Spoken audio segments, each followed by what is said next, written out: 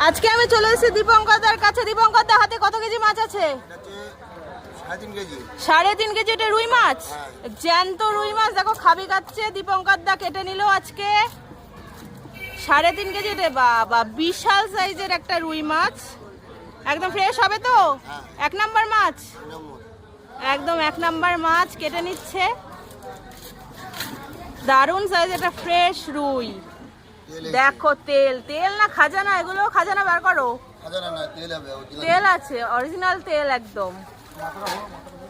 আর এই যে মাথা কাটার পর্ব চলছে এখানে। এই দারুণ করে দীপঙ্করদা কেটে নিল। এখন চলছে ছাল ছাড়ানোর পর্ব। সুন্দর করে ছাল ছাড়িয়ে নিচ্ছে দীপঙ্করদা।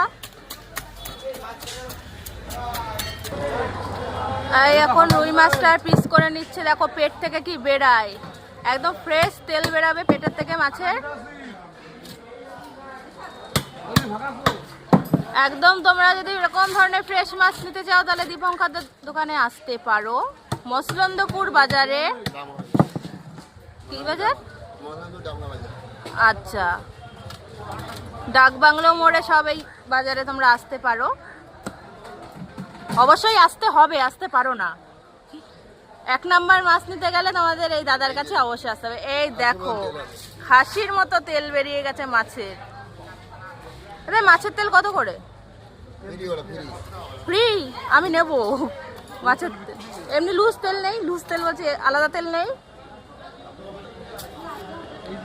এই যে দীপঙ্করদা সুন্দর করে পিস করে নিল মাছের, দেখতে পাচ্ছ তোমরা। এই যে ফ্রেশ একদম রুই মাছের পিস তোমরা দেখতে পেলে। দাদা কেটে নিচ্ছে মাছটা।